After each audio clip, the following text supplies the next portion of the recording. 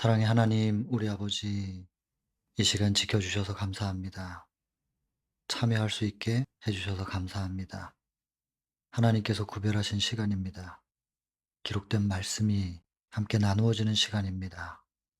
성령으로 임하여 주시고, 사람이 말하는 시간이 되지 않게 하시며, 인간의 생각이나 입은 막으시고, 오직 성령을 통하여 하나님의 음성만이 선포되고 나누어지게 하옵소서.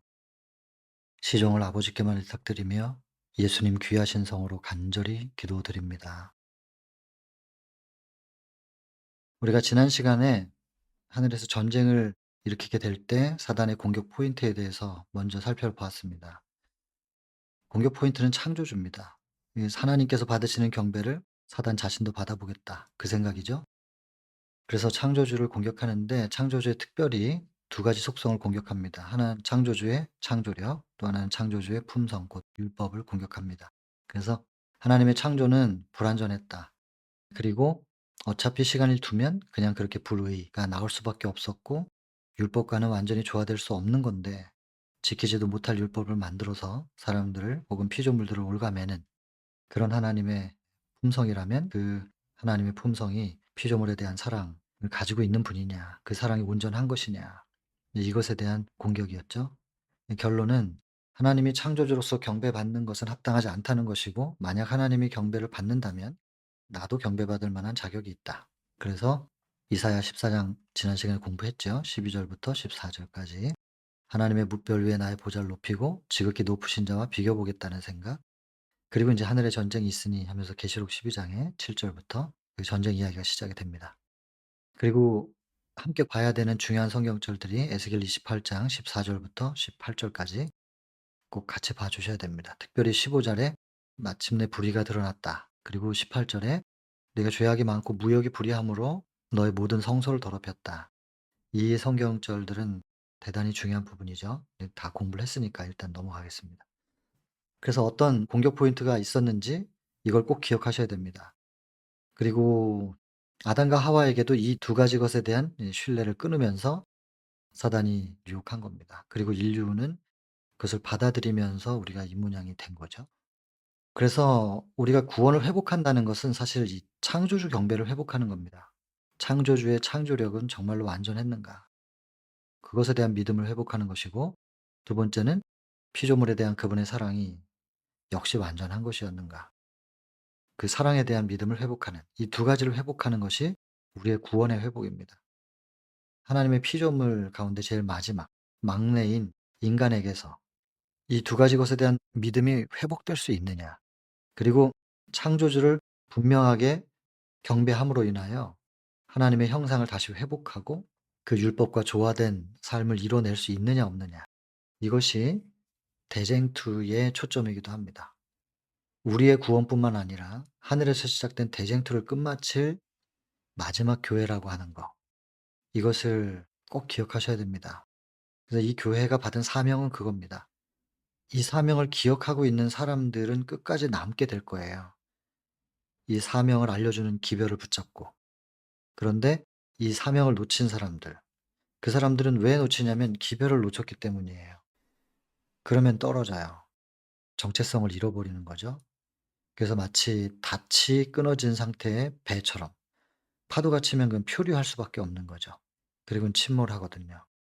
결국에는 이 마지막 교회가 그 사명을 완수하면 좋겠는데 예언적으로는 그렇게 기록되어 있지가 않아서 너무나 안타깝고 슬픈 일인데, 이 마지막 교회에게 주어진 이 기별을 붙잡고 계속 나아가는 사람들은 끝까지 남게 되고 나머지는 이제 떨어지게 되는 겁니다. 그래서 남은 무리가 생깁니다.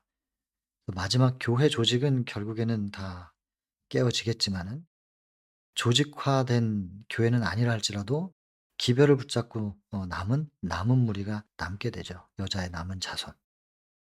그래서 이제 그 남은 무리의 대열에 우리가 포함되기 위해서는 우리의 정체성을 분명히 알아야 되고 우리의 사명을 분명히 이해해야 되기 때문에 이 말씀을 우리가 보고 있는 겁니다. 자, 그래서 인제 하늘에서 전쟁이 이렇게 시작됐고 이것에 대하여 사단은 두 가지 공격을 했는데 하나님의 창조가 정말로 완전한가, 그리고 그분의 사랑은 완전한가, 이것을 증명을 해야 되거든요. 예, 하나님께서 창조주기 때문에 무조건 힘으로 누르면 안 된다 그랬잖아요. 사단이 던진 물음표에 대하여 답을 하셔야 되고 그것은 말로만이 아니라 증명하셔야 됩니다. 그래서 예수께서 이 땅에 오셨는데 지난 시간에 우리가 이걸 본 겁니다. 시대의 소망 1 장. 예수께서 오셨는데 영광을 아는 빛 그것은 그 사랑이었다 그랬습니다. 하나님의 영광은 사랑이고 왜 일체였다고 했는지 말씀드렸죠. 말씀이니까 하나님의 마음과 생각의 표현인 말씀. 일체라는 것이고 사랑의 빛 그리고 사랑과 영광은 같은 것이라고 말씀드렸습니다. 그런데 인류만을 위하여 오신 게 아니라는 거. 천사들에게 나타내시려고. 하나님이 사랑이시라는 것을 천사들도 알아야 됩니다. 그리고 여기 밑에 보면 이 세상의 인간만을 위해서 오신 것이 아니고 이런 계시가 주어진 것도 이 세상의 인간만을 위해서 주어진 건 아닙니다. 왜냐하면 우주적 관점으로 봐야 되니까. 우주에서부터 던져진 질문에 대하여 예수께서 답을 주셔야 되기 때문에 그렇습니다. 타락하지 않은 자들 모두가 지금 우주 거민들 말입니다. 천사들 포함해서 그 모두도 예수님의 생애를 통하여 이 땅의 공생애 그리고 그분의 얼굴에서 비춰지는 하나님의 품성인 영광 그것을 통하여 그것이 곧 자아 희생의 사랑인데 이걸 통해서 그들의 과학과 노래를 찾게 될 것이다. 예수님의 공생애는 우리만을 위한 것은 아니라는 거, 이걸 우주적인 관점에서 보셔야 된다는 거, 이걸 꼭 기억해 주셨으면 좋겠습니다. 그래서 지난 시간에 인생관, 세계관으로는 부족하다는 겁니다. 우리 재림교회는 우주관을 가져야 되는 것이죠. 그래서 지난 시간에 우리가 이렇게 얘기했고 예수님의 사랑은 이 생명의 법칙, 나는 길이요 진리요 생명이다. 요한복음 14장 6 절에 이렇게 말씀하신 이유가 있습니다. 그분이 생명이신데 생명이 유지되는 데는 법칙이 있습니다. 그게 곧 뭐냐면 순환입니다. 순환. 보시면은 여기 밑에 생명의 법칙이 되는 대원칙 그게 뭐냐면 곧 순환이다. 이것은 곧 사랑이라는 거죠. 나누면 비워지는 것이 아니라 나눔으로 충만해지는 이 순환. 이것이 곧 우주의 대원칙이고 생명의 법칙입니다. 이 사랑을 통하여 창조주의 품성과 생명의 법칙이 드러난다. 이거 보여주러 오신 겁니다, 예수께서. 지난 시간에 여기까지는 했기 때문에 잠깐 이렇게 복습을 해본 것이고요. 이제 그렇게도 간절하게 나타내시려고 했던 하나님의 품성과 율법에 대해서 우리가 다 헤아릴 수는 없어도 일말이라도 생각을 좀 해 보자는 겁니다. 로마서 13장 10절 사랑은 율법의 완성이라고 했습니다. 요한일서 4장 8 절에 하나님은 사랑이시라고 했습니다. 성경이 이렇게 기록을 하고 있는데 사실 저는 인제 하나님이 사랑이라고는 하는데 정말로 사랑인가 이거에 대해서 계속해서 의문이 생겼었어요. 제가 예수님을 만나고 신앙을 시작한 것은 20대 후반이고요. 그전에도 교회를 접할 수 있는 기회는 있었고 신앙과 접할 수 있는 기회들은 있었으나 제가 신앙을 좀 거부하는 입장이었죠. 왜 그러냐면 성경이 너무 모순된다고 생각했기 때문에. 근데 인제 제가 제일 먼저 가졌던 의문점이 뭐였냐면 노아 홍수였어요. 하나님은 사랑이시라고 하는데 창세기 때부터 시작하자마자 얼마 되지도 않아서 홍수를 통해서 인류를 다 죽이는 얘기가 시작이 된단 말이에요, 창세기에서. 이것부터 시작해서 구약 성경 내내 사랑 같지 않은 거예요, 하나님께서.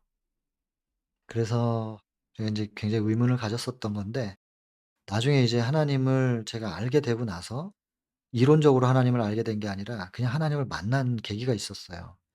그래서 하나님이 '아 이런 분이었구나. 정말로 계시는 하나님이었구나.' 이걸 알게는 됐는데 성경에서는 이 의문이 해결이 안 된 거죠. 그래서 나중에 이제 신학을 하게 되면서 굉장히 고민을 좀 많이 했습니다, 이런 부분들을 가지고. 어느 날 그 노아 홍수 속에서 하나님의 사랑을 보고 제가 많이 회개했었죠. 노아 홍수는 창세기 7 장에서 나옵니다. 근데 그 창세기 7장 전에 홍수를 해결하려면 창세기 1 장부터 이해를 해야 되더라고요. 여기 보시면은 창세기 1장 3 절에 제일 먼저 창조한 거 빛이잖아요. 빛이 있으라 했고 있었고 하나님 보시기에 좋았습니다. 그리고 첫째 날입니다. 둘째 날은 물과 물을 나눠 가지고 궁창을 만드시고요. 그리고 둘째 날이래요. 이 "좋았더라."라는 말이 없어요. 셋째 날은요. 물을 한 곳으로 모아 가지고 땅을 드러내게 하시고요. 땅, 바다 나누고 보기에 좋으시고 그다음에 땅에서는 이제 우리가 먹을 수 있는 식물들을 이렇게 자라나게 하셨습니다. 그리고 보시기에 좋았습니다. 그리고 셋째 날입니다. 그럼 첫째 날 보시기에 좋았고 첫째 날 좋았다가 두 번 있고 셋째 날인데 첫째 날과 둘째 날 사이에는 보시기에 좋았더라라는 말이 없습니다. 이것을 보고 너무 이상한 거예요. 뭐 창세기 1 장을 다 여기다가 옮겨 놓진 않았지만 여섯째 날도 보시기에 좋았더라라는 말이 두 번 있습니다. 그리고 매날 보시기에 좋았더라, 좋았더라 하시는데 둘째 날만 없어요. 왜 물 가운데 궁창이 있어서 물과 물을 나누고 그래서 지구를 덮고 있는 물이 있고 그리고 하늘에 또 물층이 있었던 거죠. 그래서 그 하늘의 물층이 태양으로부터 오는 빛을 먼저 받아 가지고 골고루 대류 현상을 통해서 지구 전체를 따뜻하게 온도를 맞춰 가지고 그래서 한쪽은 뜨겁고 한쪽은 차갑고 이런 일이 없도록 그렇게 조절하는 역할을 해 주셨죠. 그 외에도 과학적으로 여러 가지 좋은 생태계에서 이거보다 더 좋을 수는 없는 환경을 만들어 주는 것이 이 궁창 위의 물층이었던 것이죠. 그런데 왜 "좋았더라."라고 하는 말이 없느냐. 이걸 창조하시고 나서. 인제 이것이 나중에 인제 홍수에서 풀리는 거죠. 저한테는 그랬습니다.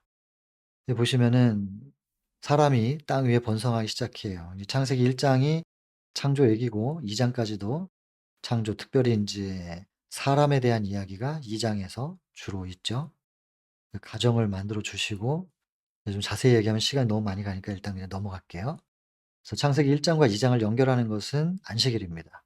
안식일을 통해서 연결하고 창세기 2장 1 절로 3 절 그다음에 인제 17 절에는 선악과 이야기 그리고 7 절에는 사람을 좀 어떻게 창조했는지 구체적으로 "흙으로 빚어 만드시고 그 코에 생기를 넣었다."라는 그다음에 선악과 얘기를 하고 그다음에 이제 "남자가 혼자 있는 것이 좋지 못하다." 해 가지고 여자를 만들고 뭐 그렇게 쭉 이제 한 가정을 이루게 하는 그런 과정이 2 장에 있습니다.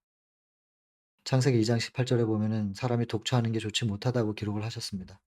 하나님은 실수할 수 있는 분이 아니시니까 근데도 좋지 못하게 창조가 됐다는 건 일부러 그러신 겁니다. 일부러 좋지 못하게 창조하셨어요, 혼자 있게. 다른 동물들은 그냥 창조할 때부터 암수가 있어요. 근데 사람은 창조됐을 때 남자 혼자예요. 그리고 아담이 그 동물의 이름을 짓죠. 19 절에 보면 쭉 이름을 짓고 그다음에 외로움을 느끼거든요. '다 둘씩인데 왜 나만 혼자지?' 라고 하는 그 외로움을 느끼고 간절한 필요를 느낄 때 그 짝을 줬을 때 그 소중함을 알아요. 눈 떴더니 바로 있다. 당연히 있는 존재가 아니라 없었는데 간절할 때 생겼어요. 이것은 간절함의 대상이 되지요. 그리고는 사랑이라는 걸 하게 돼요. 그래서 사람은 본능으로 만나서 관계를 맺는 게 아니라 사랑으로 만나야 됩니다.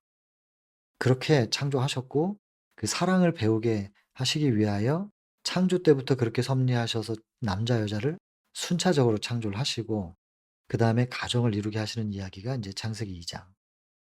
참 아름다운 이야기였는데 3 장에서 이제 슬프게도 유혹받고 타락하는 얘기.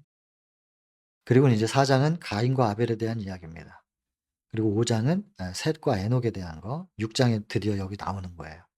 이제 그 가인과 아벨의 이야기할 때 아벨이 죽고 가인의 후손들에 대해서 창세기 4 장에서 쭉 열거를 하는데 거기에 이제 가인의 후손들에 대한 열거와 또 셋과 에녹을 창세기 5 장에서 이야기할 때 셋의 후손들에 대한 열거가 큰 차이를 하나 보입니다. 그게 뭐냐면 셋의 후손들에게는 몇 살까지 살았다는 연수가 기록되고요. 가인의 후손들에게는 그것이 없습니다. 이 두 차이를 뭐 여러 해석이 있겠지만 저는 그것을 하나의 생명적인 대를 이어져 내려가는 관계와 그리고 생명이 부여되지 않은 하나님 보시기에는 그런 인제 후손들의 이어지는 관계에는 그런 차이가 좀 있다고 봅니다. 그래서 숨쉬고 있으면 다 살아있는 것 같지만 인간이 볼 때는 하나님이 보시기에는 그 안에 길이요 진리요 생명이신 분이 계실 때와 계시지 않을 때가 생명이냐 아니냐의 문제죠. 나중에 다윗이 이걸 깨닫고 회개를 할 때 시편 51 편에서 "내가 주께만 범죄했다." 이렇게 기도합니다. 4 절에 보면. 3 절에는 "내가 내 죄가를 알고 내 죄가 항상 내 앞에 있나이다." 이렇게 인제 인정을 해요. 죄가 뭔지를 안다고 말하는 사람이 회개를 하는데 "나는 주님께만 범죄한 겁니다." 이렇게 하거든요. 그리고 "주의 목전에서 악을 행했습니다."라는 죄와 악한 행동을 분리시켜서 기록을 하고 회개를 한단 말이에요. 가장 샘플적인 회개의 장인데 이 요런 표현들이 전부 다 의미가 굉장히 깊습니다.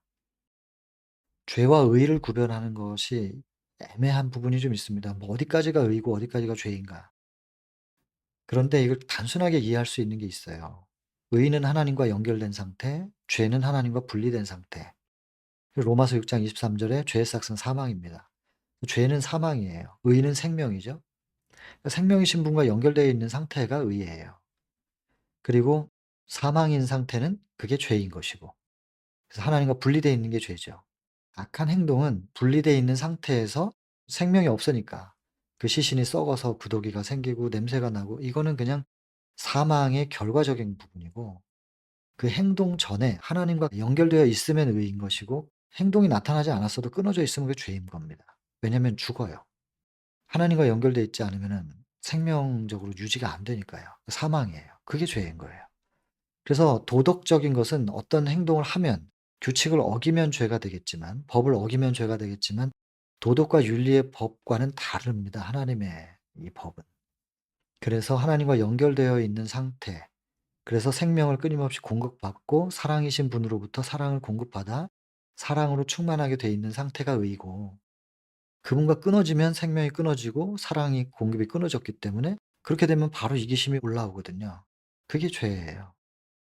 그래서 4 장과 5 장을 구분할 때 하나님과 연결되어 있는 후손들이 창세기 5 장이죠. 그 인제 생명을 기록해 놓고 하나님과 단절되어 있는 끊어진 상태에서 가인의 후손들의 이야기는 창세기 4 장인데 거기에는 나이가 기록되어 있지 않다는 것입니다.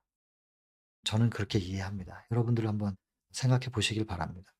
그리고 그렇게 인제 쭉 내려오다가 6 장의 1절 이렇게 시작하는 거예요. "사람이 땅 위에 번성하기 시작할 때 그들에게서 딸들이 낳는데" 여기까지는 뭐 그러려니 하고 읽을 수 있어요. 근데 2 절에 보면 하나님의 아들들과 사람의 딸들을 명확하게 구분을 짓습니다. 그 사람의 딸들의 아름다움을 보고 하나님의 아들들이 그 아름다운 여자를 취해 가지고 섞이게 되는 거예요. 하나님의 아들들은 셋의 후손들일 것이고요. 사람의 딸들은 가인의 후손들일 겁니다. 그리고 사람의 딸들과 물론 그 셋의 후손들 중에서도 딸들이 있었을 텐데 왜 가인의 후손의 인제 딸들이 더 아름다웠을까? 왜 그 여인들을 더 취할 수밖에 없었을까? 이제 가인의 후손에는요 라멕이 등장합니다. 최초로 일부 다처제를 시작한. 남자는 하나인데 여자가 많고 그래서 저 남자애가 나에게로 와야 돼요. 그래야 후손을 낳을 수 있어요. 여자의 후손에 대한 갈망들이 다 있는 거예요 창세기 3장 때문에. 그 여자의 후손 특별히 아들을 낳아야만 내가 구원을 받을 수 있다라는 혹은 생명이 존속될 수 있다라는 그런 남아선호 사상도 이제 성경에서 온 거죠. 그래서 그 여자들은 어쨌든 남자가 나에게로 와야 내게 자손이 생기고 그래야 아들도 낳을 수 있는 확률이 생기니까 그 남자를 나에게로 끌어들이기 위해서는 뭔가 다른 여자하고는 달라야만 되는 거죠. 그래서 가인의 후손들 중에서 딸들에게는 셋의 후손 중에 있는 딸들과는 좀 다른 여자들만이 가지고 있는 어떤 문화들이 만들어졌을 거예요. 그래서 남자를 끌어들일 수 있는 뭔가가 개발됐겠죠. 그걸 이제 연구를 했을 거예요. 이제 라멕에 대해서 나중에 그 창세기 4 장에서 읽어 보시면 압니다. 확인하실 수 있을 거예요. 근데 인제 셋의 후손들이 여인을 취했을 때 몸만 온 게 아니죠. 가인이 자기의 첫째 아들 에녹의 이름을 따 가지고 에녹 성을 만들거든요.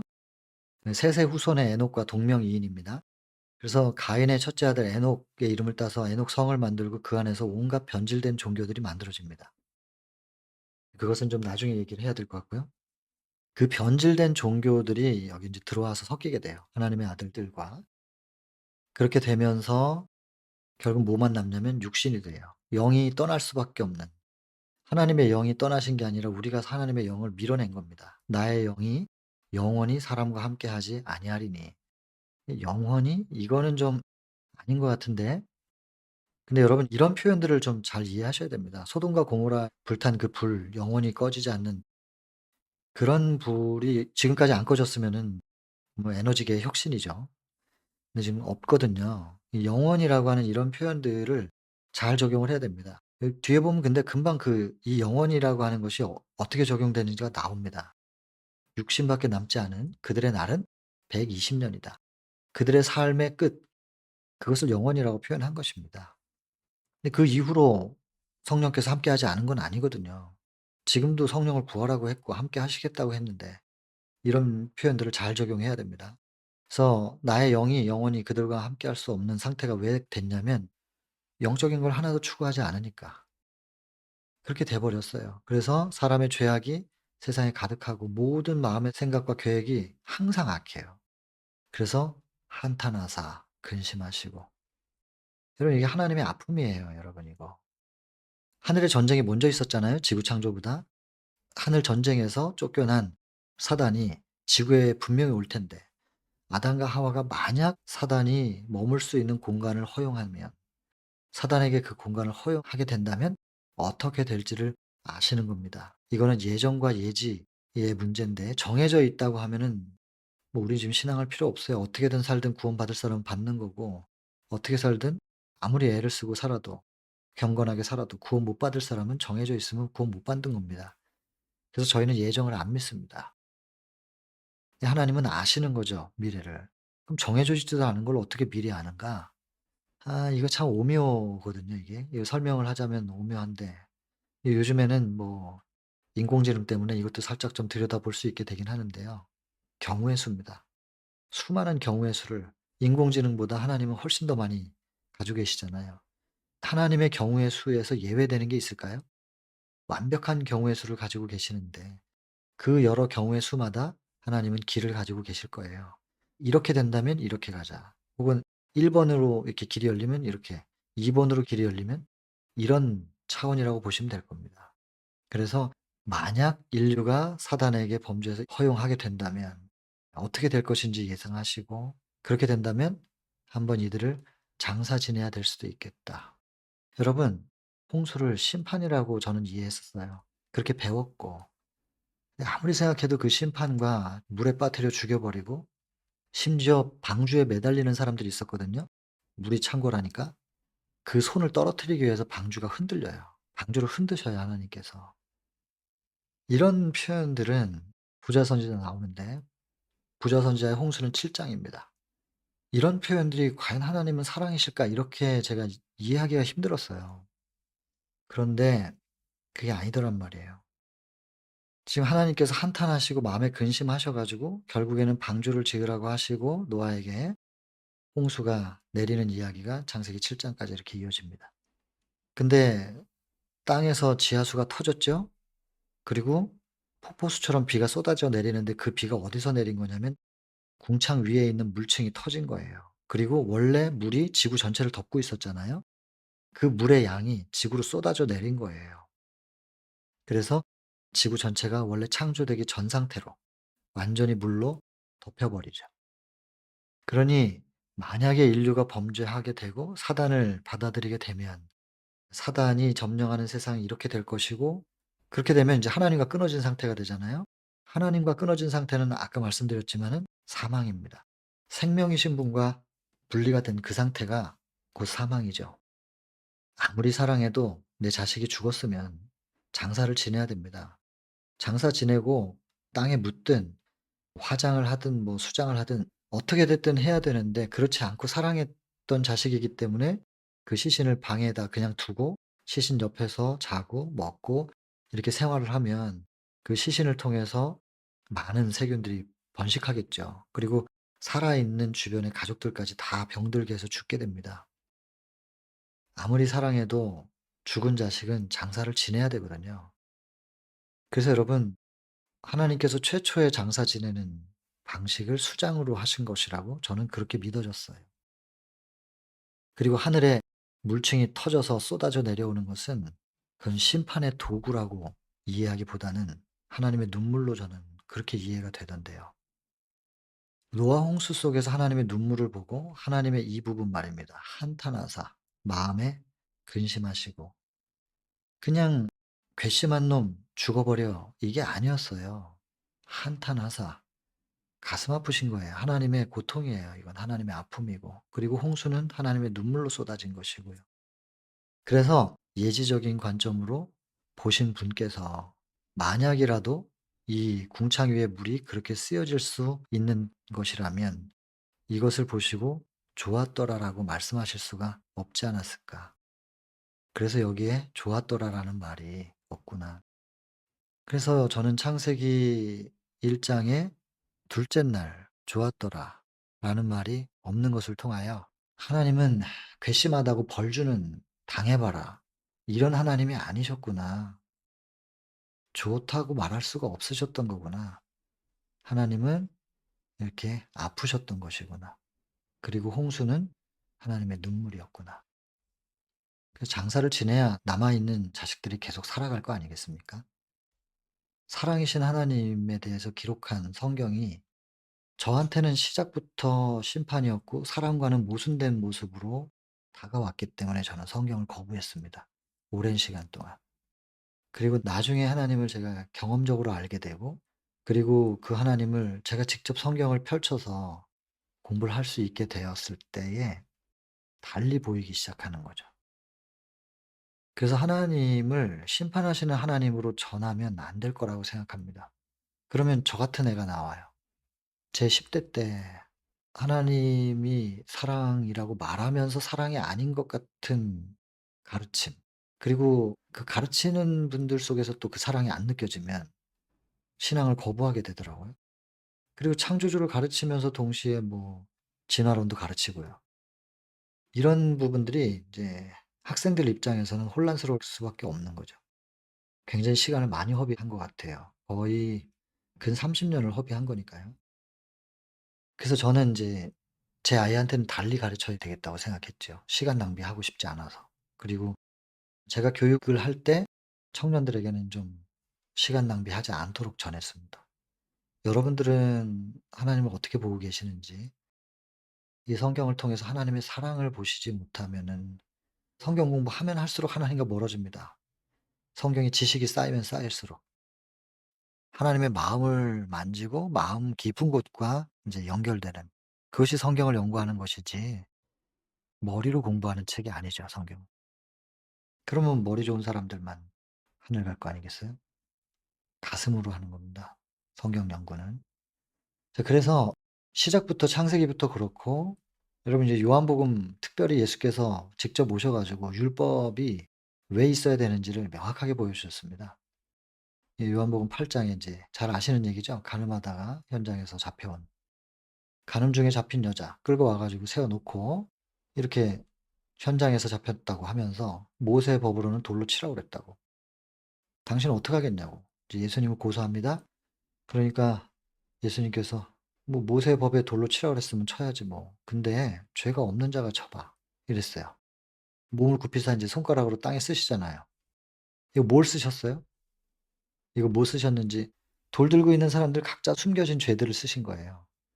근데 한 줄 쓰면 그 한 줄이, 거기에 10 사람이 있었으면 각각의 첫 번째 사람부터 열 번째 사람까지 각자 자기의 죄로 보이는 거예요.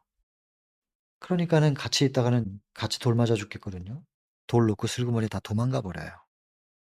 땅에 굽혀 쓰시는 그때 자기의 죄가 보이는 이 장면을 예수께서 삼림하셨을 때 우리가 보게 될 거예요. 예수님 삼림하시면 사단이 풀리죠. 천년기 동안 묶여 있다가 풀려나고 그다음에 죽었던 악인들 다 부활해요. 그리고 나서 인제 하늘 도성이 지구로 옮겨졌을 때 그거를 무력으로 빼앗자고 공격하거든요. 그때 하늘에 이렇게 스크린이 펼쳐지면서 딱 자기의 죄들이 전부, 자기의 일생이 지나갑니다. 내가 구원받지 못할 이유를 명확하게 알고 인정할 수밖에 없는 거죠. 더 이상 전의를 상실해요. 그리고는 그 손에서 그 무기가 떨어졌을 때 하늘에서는 소멸시키는 불이 내려와서 소멸시켜요. 그래서 죄인조차도 "나는 억울해요."라고 하는데 하나님께서 소멸시킬 수 없어요. 의인은 구원받을 만한 이유가 분명히 있고 입증돼야만 구원을 받는 것이고, 또 구원받아서 하늘에 가서 천년기 동안 구원받은 사람들이 뭘 하냐면 구원받지 못한 사람들이 왜 구원을 받지 못했는지에 대해서 조사 심판하는 거예요. 지성소에서 조사 심판하는 건 구원받을 사람들을 증명하기 위해서 하시는 것이고, 그렇게 되는 것이고, 구원받지 못한 사람들도 구원받지 못한 이유가 명확하게 증명이 돼야 됩니다. 그 상태에서 소멸이 돼야 되는 것이고, 심지어는 당사자조차도 '나는 구원받기에 합당하지 못하구나.'라는 걸 인정할 때 억울하다고 말하지 않을 때 소멸되는 거예요. 그래야 하나님의 공의가 완전하게 입증됩니다. 그래서 요한복음 8 장의 이 모습은 나중에 혹시 우리가 구원받지 못한다면 생각만 해도 싫은데 보게 될 모습이에요, 이것은. 그리고는 인제 죄 없는 자가 돌로 쳐 보라 그러니 딱 보니까 다 자기 죄가 거기 적혀 있는데 어떻게 돌로 치겠어요. 다 도망가요. 그리고는 예수님께서 여자 외에 아무도 없는 걸 보시고 "여자여 너를 고소하던 자들이 어디 있느냐? 너를 정죄한 자가 없느냐?" 정죄. 모세 법으론 돌로 치라고 했다. 여기서 근데 예수께서 "나도 너를 돌로 치지 않겠다." 이렇게 말씀 안 하시고 너를 정죄하던 자, 모세의 법은 돌로 치라고 준 게 아닙니다. 정죄하라고 준 게 아니라는 것입니다. "정죄한 자가 없느냐?" 그랬더니 "없습니다." 돌로 치라고 하는 얘기를 들었잖아요. "죄 없는 자가 치라." 그러니까 돌이 날라올 줄 알았죠, 그 여자 입장에서는. 그래서 돌이 날라올 줄 알고 눈을 감고 그렇게 몸을 움츠리고 있었을 거 아니겠어요? 근데 예수님의 음성을 듣고 눈을 떠 보니깐 아무도 없는 거예요. "없나이다." 그랬더니 "나도 너를 정죄하지 않겠다." 유일하게 죄 없는 자가 돌로 치라 그랬으니까 돌로 칠 수 있는 유일한 분 예수님. 예수님은 돌로 쳐도 되잖아요, 죄가 없으니까. 근데 "나도 너를 정죄하지 않겠다." 왜냐하면 모세의 법은 돌로 치라고 준 게 아니고 또 정죄하라고 준 게 아니니까. 율법은 정죄의 도구로 주신 게 아니거든요. 예수님은 정죄 안 하시겠다 그랬어요. 이걸 깨달은 사도 바울이 로마서 8장 1 절에 뭐라 그러냐면 "이제 그리스도 안에서는 정죄함이 없다." 이렇게 말해요. 그리고 2 절에는 "사망과 죄의 법에서 내가 해방됐다." 이 표현을 하거든요. 이게 율법 위로 올라간 사람들의 고백이죠. 이제 이 율법 아래와 위에 대한 이야기가 아마 다음 시간에 좀 다뤄질 수 있을 거라고 생각합니다. 그래서 정죄의 도구로 주신 게 아니라는 거. 그러면 율법은 왜 필요하냐는 거예요. 율법의 존재 이유가 있습니다. 여기 보시면 "가서 다시는 죄를 범하지 말라." 이 죄라는 걸 어떻게 알았냔 말이에요. 간음하는 게 죄라는 걸 어떻게 알았어요? 율법 때문에 알았죠. 그러니까 율법은 정죄의 도구로 주신 게 아니고 "이게 죄야. 이걸 넘으면 죽는 거야." 경계로 죽지 말라고. "이거 넘으면 죽는다고. 이게 죄인 거라고." 알려주시려고 주신 것이 율법입니다. 그러니까 운전할 때 옆에 인제 있는 가드레일 그거 깜빡 졸다가 그냥 직진하면은 절벽에 떨어지지 않도록 딱 보호해 주는 보호망이잖아요. 그 라인을 타고 이렇게 쭉 커브를 돌아야 되는데 졸다가 그냥 직진할 수도 있으니까. 그러면 혹시라도 졸다가 직진하더라도 그냥 떨어지지 않고 딱 거기 걸리라고. 그 보호망이에요.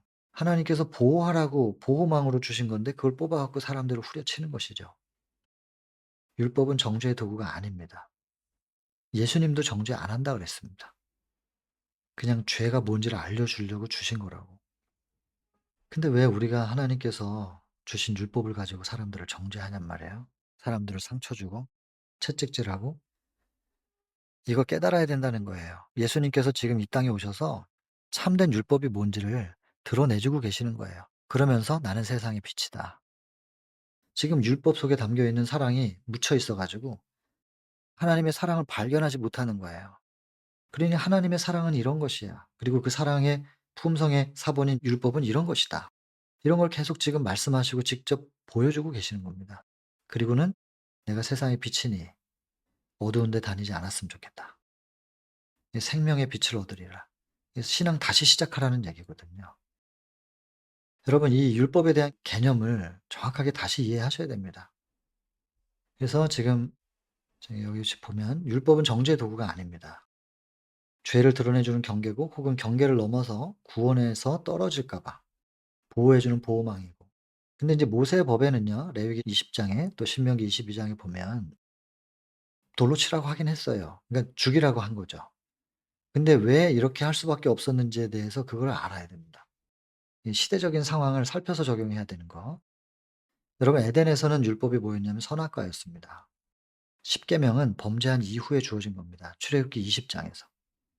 근데 예수께서 이 땅에 오셨죠. 인제 십계명 받은 건 구약이고 예수님이 이 땅에 오셔 가지고 마태복음 5장 18 절에는 "율법의 1.1 획이라도 변하지 않는다." 그랬어요. 근데 인제 17 절부터 보면 "내가 율법을 폐하러 온 것이 아니라 완전케 하러 왔다." 이렇게 말씀하시고는 율법의 1.1핵이라도 천지가 없어지기 전에는 없어지지 않는다. 근데 에베소 2장 15 절에 뭐라 그랬냐면은 요거 개역 한글 번역으로 보셔야 됩니다. 이 개역 개정으로 보면 좀 애매하게 돼 있어요. 개역 한글의 에베소 2장 15 절을 보시면은 "원수된 것." 이렇게 표현해요. "원수된 것." 의문에 속한 율법은 당신의 육체로 폐하셨다.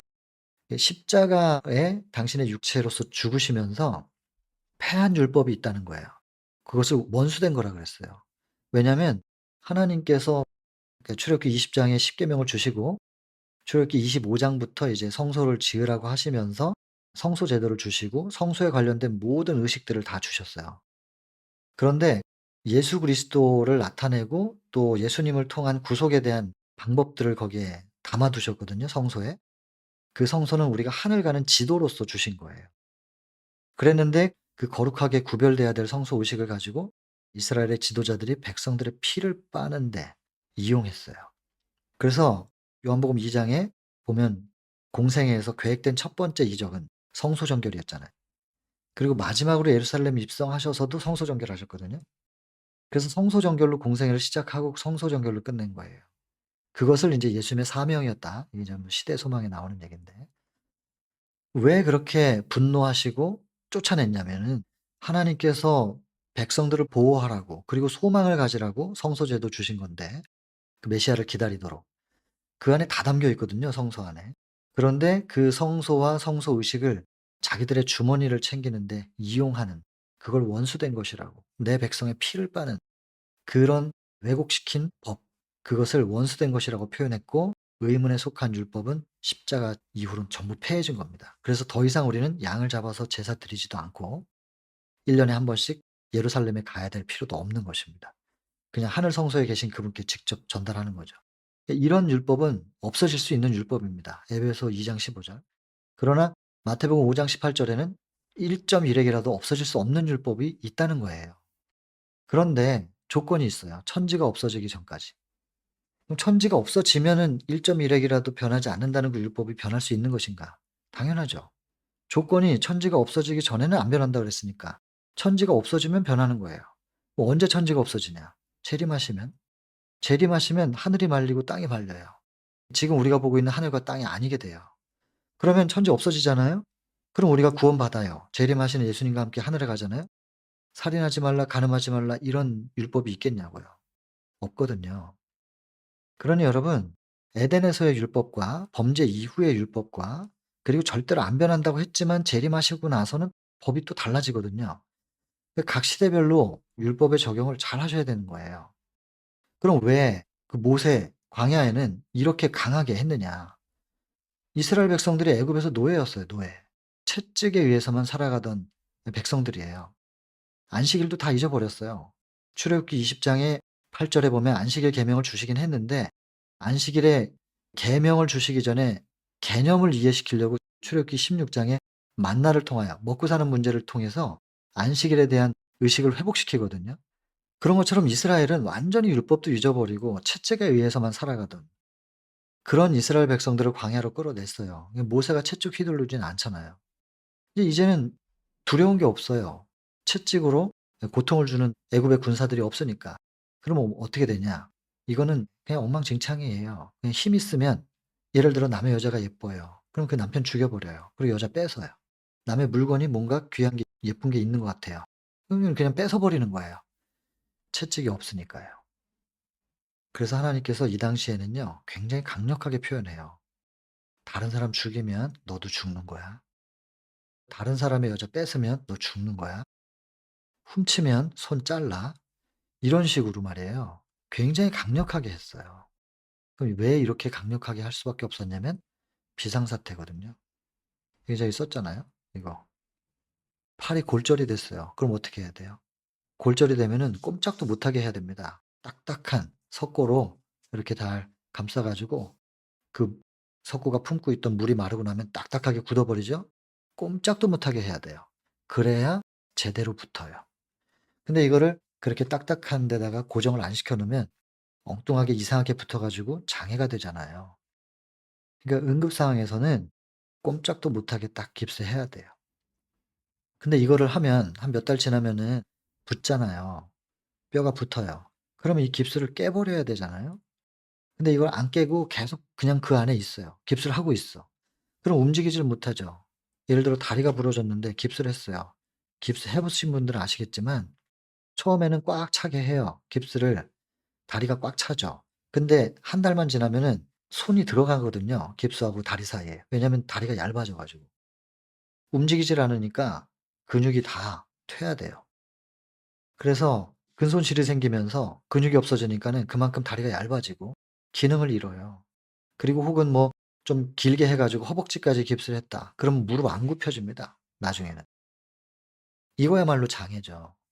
그러니까 응급 상황이 됐을 때는 어쩔 수 없이 뼈가 붙어야 되니까는 꼼짝도 못하게 하지만 그 시간이 지나면 깨 버려야 되는 거지요. 근데 언제까지 계속 이 돌로 치라는 율법을 적용시키겠냔 말이에요. 이 율법을 이렇게 적용시키는 이스라엘의 지도자들을 보시면서 '이들이 도대체 정말로 율법을 존중하는 사람들인가? 아니면 이 율법으로 사람들을 올가매 가지고 그냥 사람들을 "이거 안 지키면 구원 못 받아. 그리고 벌 받아." 이런 식으로 협박해 가지고 그들 손아귀에 백성들을 쥐고 정치적인 기득권만 유지하려고 하는 사람들인가? 당연히 후자 쪽이죠. 그러니까 원수된 것이라고 한 거예요, 예수께서. "이런 거 다 없애버려. 내가 십자가를 통해서 다 없애버렸어." 여러분, 율법은 적용을 잘해야 됩니다. 그래서 천지가 없어지기 전에는 없어지지 않는다. 재림 직전까지 존재하게 될 요 십계명, 요거 없어지지 않는다 그랬으니까 재림 직전까지는. 이거 꼭 붙잡고 있어야 되겠지만 이 율법을 적용시키는 부분에 있어서 각 시대별로 어떻게 적용시켰는지 우리가 역사를 통해서 알 수 있는데도 불구하고 이스라엘의 지도자들이 범했던 율법의 잘못된 적용을 오늘날 우리가 우리에게도 하고 있지는 않은가. 이건 생각해 봐야 될 부분이 아니겠습니까? 율법은 정죄의 도구가 아닙니다. 돌로 치라고 준 게 아니란 말입니다. 선을 넘지 말라고. 넘으면 죽게 된다고. 보호망으로, 안타까운 마음으로 제발 이걸 넘지 말아 달라고 호소하시는 거예요. 율법에 적용을 할 때는 하나님의 사랑이 거기서 나와야 되는데 "하지 마. 해." 이런 식으로만 하니 거기에 사랑이 어떻게 느껴져요? 신앙하기 싫거든요. 율법의 참된 의미가 뭔지. 사랑의 감동을 받아서 기꺼이 이끌려 가는 것입니다. 지난 시간에도 우리가 했지만 그 사랑으로 너무나 감동받아 가지고 기꺼이 따라가게 되는 것이지 억지로 "이거 안 지키면 벌 받으니까." 이 개념이 아니라니깐요. 그래서 여러분 여기 세 계명을 주노니 사랑하라고. 근데 "내가 너희를 사랑한 것 같이." 이것도 번역을 잘 적용시켜야 됩니다. "내가 이렇게 사랑했으니까 너희도 사랑해야 돼." 그러면 따라해 보세요. 예수님이 하신 것처럼 따라해 보세요 그게. 겉으로 그거 예수님이 "이렇게 사랑하셨으니까 나도 이렇게 사랑해야지." 이거 되는 일이 아닙니다 이게. 여러분 이 말씀하시기 직전에 예수님 뭐 하셨어요? 제자들 발부터 씻기셨거든요. "내가 너희를 사랑한 것 같이."라는 말이 뭐냐면 이 예수님께서 발을 씻기는 존중과 겸손 이걸 먼저 보여주시고 "내가 이렇게 너에게 본을 보였으니 너희도 이렇게 사랑해라." 서로를 존중하고 서로를 섬기고 서로를 위하여 희생하고 나중에 뭐라 그래요? "사랑은 이것이니 우리가 형제를 위하여 목숨을 버리는 것이 합당하다." 예수께서 그 사랑을 보여주셨잖아요. 우리를 구원하기 위해서 예수께서 십자가에서 죽으셨으니까. 근데 여러분 예수님이 죽으셨으니까 나도 죽어야지 한다고 죽어지겠냔 말이에요. 이 표현을 이렇게 적용해야 됩니다. "내가 너희를 사랑한 것 같이 따라해." 그 말이 아니고 "내가 너희에게 준 사랑으로 너희도 서로 사랑하라." 이렇게 적용해야 됩니다. 우리는 스스로 사랑을 못 한다니깐요. 인간은 사단에 의해서 본성이 그렇게 죄되게 바뀌어 가지고 사랑을 할 수가 없어요. 사랑할 수 없는 인간이 사랑이신 분이 우리 안에 충만히 들어올 때 우리 속에 이기심을 밀어내 주면 사랑이 되는 거고요. 죄된 본성을 사랑이 완전히 덮어버리면 죄된 본성에서 올라오는 가시와 엉겅퀴가 자라서 열매를 맺지 못하게 되는 것이고요. 그 사랑이 충만하면 걷다 보면 출렁출렁 사랑이 넘치고 그분의 임재의 빛, 임재의 향기가 넘쳐나는 거예요. 퍼서 쓰는 것이 아니라 넘쳐서 전달되는 것이다. 그래서 우리가 사랑이라는 걸 하려면 어떻게 되냐면 사랑이신 분을 영접해야 됩니다. 우리 속에 받아들여야죠. 그게 곧 믿음이잖아요.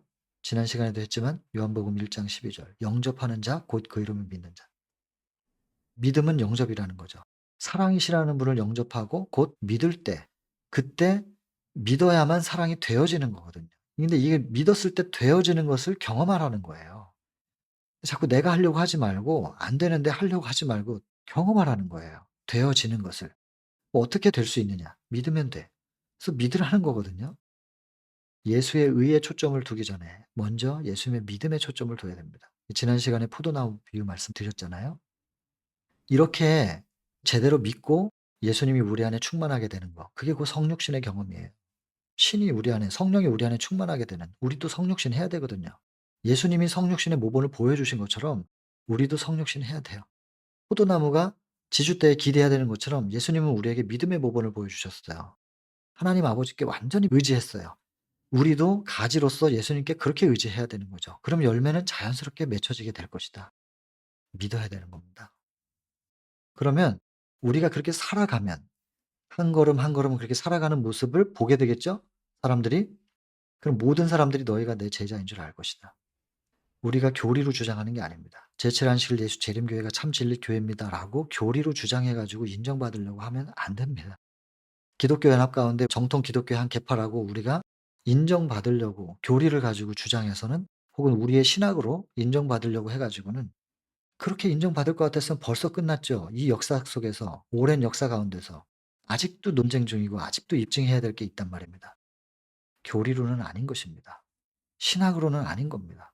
결국엔 무엇이냐? 사랑하면 너희가 내 제자인 줄 알리라. 저 사람들이 진짜구나. 저 사람들이 진짜야. 주변에서 다 그렇게 보고 비난하고 뭘 어떻게 한다 할지라도 우리가 사랑하면 그게 우리의 정체성을 드러내는 길입니다. 우리가 진짜라고 하는 것은 우리의 교리와 신학으로가 아니라 우리가 사랑하는 모습으로 증명이 되는 건데, 이것이야말로 예수의 증거거든요. 여러분, 교리로서가 아닌 우리의 삶으로서 예수를 증거할 수 있는 남은 무리가 나와야 됩니다. 그 사람들이 나오려면 이게 돼야 됩니다. 이 지키게 하라. 여기 보세요. 계시록 12장 17절. 여자의 남은 자손. 여자의 남은 자손의 정체성 두 가지입니다. 하나님의 계명을 지켜 가지고 예수의 증거를 가지게 돼요. 이게 두 개 연결되거든요. 하나님의 계명, 하나님의 말씀. 여러분, 모세오경 전체가 계명 율법서잖아요. 그래서 구약 성경 전체가 하나님의 계명이었어요, 이 당시에는. 그래서 하나님의 계명을 지킨다. 하나님의 말씀을 지켰더니 예수의 증거를 가지게 되는 거거든요. 여기서 지키다라는 게 무엇인가? 저는 1번 이렇게 행동해 그러면 행동하는 게 지키는 건 줄 알았고, 이렇게 하지 마 그러면 안 하는 게 그 지키는 건 줄 알았어요. 율법 지키는 건 줄. 근데 나중에 공부를 해 보니까 이 지키다라는 것이 이제 헬라어로 테레오입니다. 뜻이 뭐냐면 행동에 대한 얘기가 없어요. 보존하다, 지키다. 이 keep이에요. keep, preserve. 누가 훔쳐가지 못하게 보존하라는 거예요. 잘 지키고 있어. 누가 훔쳐가지 못하게. 이런 뜻이란 말이에요. 그러면 여기 보면 예수님께서 승천하시기 전에 지상 사명. 너희는 가서 모든 족속으로 제자 삼고 아버지와 아들과 성령의 이름으로 침례 주고 내가 너희에게 분부한 모든 것을 가르쳐 지키게 하라. 저는 세례라고 읽기도 합니다. 뭐라고 말하든 이 씻을 새, 담글 침, 뭐 어쨌든 죄를 씻는 거기 때문에 뭐라고 불러도 괜찮다고 봐요. 괜히 이런 거 가지고 굳이 침례라고 말하면서 일반 개신교인 분들하고 벽을 쌓는, 그렇게 할 필요 없다고 저는 생각합니다. 그러나 의식을 깊이 들어가면 명확하게 얘기를 해 줘야 되겠지만 뭐라고 명명하느냐는 그게 중요한 게 아니라는 거죠. 그래서 세를 주고 침례를 주고 너에게 분부한 모든 것을 가르쳐. 분부한 게 뭐예요? 예수님 말씀이죠. 말씀을 가르치고 그다음에 전달받은 사람들에게 말씀대로 행하게 해. 이렇게 가르친 게 아니고, 이렇게 분부하신 게 아니고, 내가 너에게 분부한 모든 말씀들을 잘 전달하고 가르쳐서 전달하고 그 받은 사람들이 그걸 마음에 잘 간직하게 해. 사단이 그걸 뺏어갈 테니까, 훔쳐갈 테니까 그걸 사단이 훔쳐가지 못하도록 꼭 붙잡고 있으라 그래. 잘 보존하라고 해. 이렇게 말씀하신 건데, 가르쳐 가지고 지키게 하라고, 행동으로 지키게 하라. 이렇게 가르쳤단 말이에요. 혹시 이렇게 배우신 분들 계세요? 잘못 배우신 거예요. 원문이 그렇게 돼 있지 않아요. 직접 성경을 보기 전까진 저도 그렇게 알았는데 직접 성경을 더듬어서 보니까 이게 이런 뜻이 아니더라고요. 전체적으로 조화가 안 맞아요. 그래서 한 부분만 보면 그런가 하겠는데 전체적으로 보면 이게 균형이 안 맞아요. 조화도 안 맞고. 이상하네. 이거 무슨 뜻일까? 왜 안 맞을까? 조화가 안 이루어질까? 그래서 여러 번역본들 찾아보니까는 이게 이런 뜻이더란 말이에요. 그래서 하나님의 계명을 마음속에, 하나님의 말씀의 씨가 들어왔잖아요. 그 마음밭에 뿌려진 것을 딱 사단이 훔쳐가지 못하도록 붙잡고 있을 때, 보존하고 그렇게 있을 때 그 씨가 성령에 의해서 비를 맞아요. 그리고 의의 태양 대신 예수님을 통해서 햇빛이 비춰지면 얘가 싹트고 자라 가지고 열매를 맺게 되는 거예요. 우리는 하나님의 말씀을 받아들이는 것과 그리고 꼭 붙잡고 있는 것, 믿음의 주요 온전케 하시는 이인 예수를 바라보자 할 때 그 바라보다라는 건 픽스예요. 고정되다. 정확하게 딱 그것만 쳐다보는, 마치 활을 쏘거나 사격을 하는 사람이 목표 지점만 딱 보는 것처럼. 경마를 할 때도 말들의 눈을 가리잖아요. 옆에 눈이 달렸어요, 말들이. 그래서 같이 뛰면 집중이 안 되고, 그래서 옆쪽으로는 눈을 가리면 얘가 시야가 앞쪽만 본단 말이에요. 목표 지점만 보고 달릴 수 있도록. 그게 바라보다. 그 뜻이에요. 픽스. 고정시키다라는 거죠. 그래서 옆에 말이 무슨 뭐 기능성 유니폼을 입었는지, 옆에 말의 발굽이 무슨 기능성인지 이런 거 관심 없어요. 옆에 말 위에 올라탄 기수가 얼마나 가벼워 보이는지, 내 등에 올라탄 애는 왜 이렇게 무거워? 이렇게 불평불만하고 이게 안 보여요, 여러분. 그냥 내가 달릴 곳만 쳐다보는, 예수만 바라보라. 믿음의 주인이다. 주인이 믿음을 줄 거야. 온전케 하시는 분이 온전케 해 주실 거야. 그러니 바라봐. 오직 예수만 바라봐. 예수님 어디 계세요? 요한복음 1장 1 절에 말씀이 하나님이고 말씀 하나님이 육신이 되어서 오신 분, 예수님이잖아요. 예수님은 말씀 속에 계세요. 여러분, 말씀으로 가야 돼요. 어떤 사람이 예수가 아니에요. 말씀으로 가셔야 된다고요. 기록된 성경과 증언을 통하여 예수님을 직접 만나셔야 됩니다. 그리고 그 예수님을 마음속에 모시고 딱 붙잡고 계시는 거예요. 바라보다. 꼭 붙잡고 있는 거예요. 그러면 예수님께서 우리 안에서 분리될 수 없지요? 우리가 밀어내지만 않으면 그분은 안 나가시니까. 꼭 우리 안에 계셔요. 그럼 그분의 임재의 빛은 나가게 돼 있는 거예요. 임재의 향기가 퍼지는 거고. 그게 내가 하려고 해서가 아니라, 연기를 해서 만들어내는 게 아니라 내 안에서 그렇게 발산되는 그 빛이 예수의 증거라니깐요. 이런 예수의 증거를 가진 사람들이 곧 여자의 남은 자손이에요. 어떻게 예수의 증거를 가지게 됐느냐? 하나님의 계명을 믿었으니까, 영접했으니까, 그리고 꼭 붙잡았으니까. 영접하다, 꼭 붙잡고 있다, 바라본다. 그게 믿음이에요.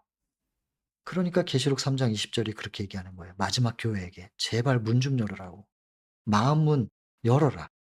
내 음성을 듣고 누구든지 그 문을 열어주면 내가 들어갈게. 같이 살아보자는 얘기거든요. 스스로는 의를 행할 수 없으니 의로우신 분이 우리 안에 들어오셔서 그분의 의의 임재의 빛이 발산되면 우리가 의로운 자가 돼요. 그 믿음으로 말미암는 의를 경험적으로 아는 사람들, 그 사람들이 예수의 증거를 할 수 있게 되는데 그들이 곧 남은 자손이라고 적혀 있는 거예요. 그런 사람들이 등장하면 영혼 분노해요. 이런 사람들이 등장하면 마지막 증명이 되거든요. 증명 얘기는 나중에 하겠지만, 그러면 자기 생명이 이제 끝나거든요. 그러니까 분노하는 거예요. 참을 수 없는 거예요. 그래서 남은 자손을 향하여 사단이 이제 칼을 내밀게 되는 거죠. 토요일 날 교회만 간다고 남은 자손 되는 건 아닐 겁니다. 예수의 증거가 있는가?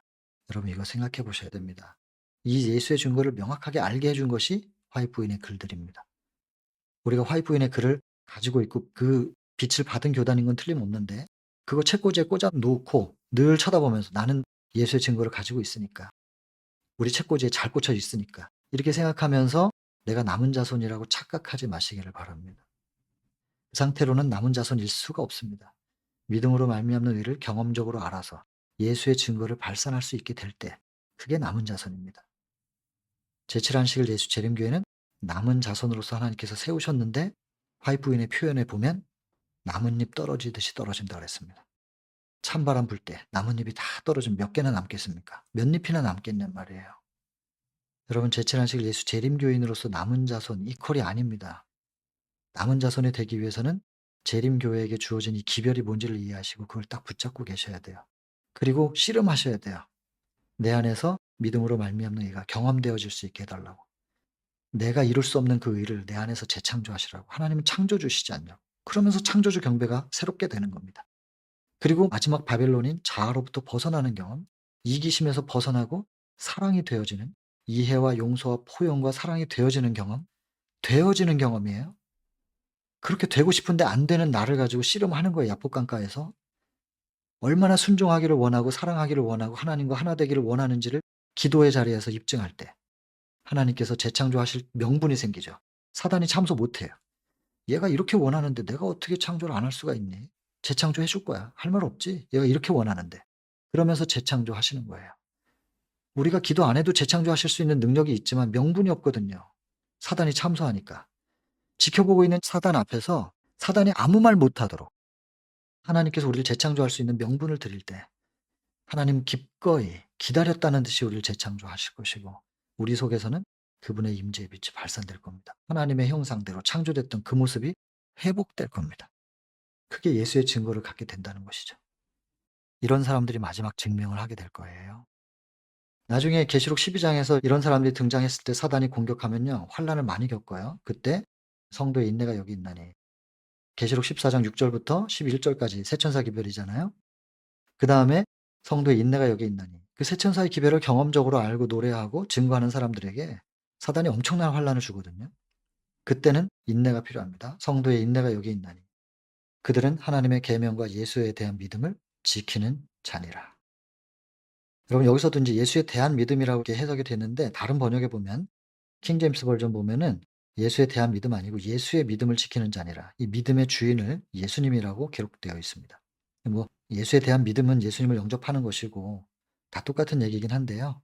그래도 굳이 얘기하자면 믿음조차도 우리가 하는 게 아니라 예수님의 믿음을 우리가 활용하는 겁니다. 그래서 결국에는 예수님이 내 안에 계셔야 된다는 그거죠. 그래서 하나님의 계명과 예수 믿음, 여기서는 하나님의 계명은 지키고 예수의 증거는 갖는 거잖아요. 계명을 지킬 때 증거를 갖게 되는 것이고 여기서는 이 환난 때 나중에 어떤 환난까지 겪냐면 중보자가 완전히 없어지는 상태 거기까지 가요. 그때 우리가 이미 예수의 증거를 가진 자들인데 그때 중보자가 완전히 없어진 상태에서 끝까지 우리가 지켜내야 될 것은 내가 지금 눈에 보이지는 않지만 중보자가 없는 것처럼 느껴지지만 그러나 분명히 하나님은 나와 함께 계신다. 예수님이 십자가상에서 하나님을 못 봤다 그랬어요. 시대의 소망 78장, 79장 보시면 하나님이 곁에 계신데 예수님은 그 임재를 못 느끼는 상황. 완전히 혼자 있는 것 같은 그렇게 느끼는 그 상황. 그 상황에서 포기하지 않으셨거든요. 우리가 그 경험을 해야 돼요. 십자가 경험. 그래서 끝까지 혼자 있는 것 같지만 혼자 있는 게 아니라고 하는 내 안에 분명히 그분이 계신다라고 하는 그 믿음을 붙잡고 있는 상태, 지키는 자. 이것이 다 똑같은 단어, 테레옵, 보존하다. 다 똑같이 적용돼요. 같은 단어니까. 계명을 잘못 알았던 바울. 내가 율법에 이루는 흠이 없다고 얘기했는데 다메섹 도상에서 예수님 딱 만나고 내가 전에 법을 몰랐었던 거야. 이렇게 인정해요. 그때는 내가 의롭다고 살아있었는데 계명이 나에게 진짜 계명을 딱 만나보니까 내가 이런 죄인이었구나라는 것이 살아나고 나는 죽었도다. 여러분 율법에 대한 이해를 한 사람이 이렇게 고백합니다. 개인기도 하고 마치겠습니다.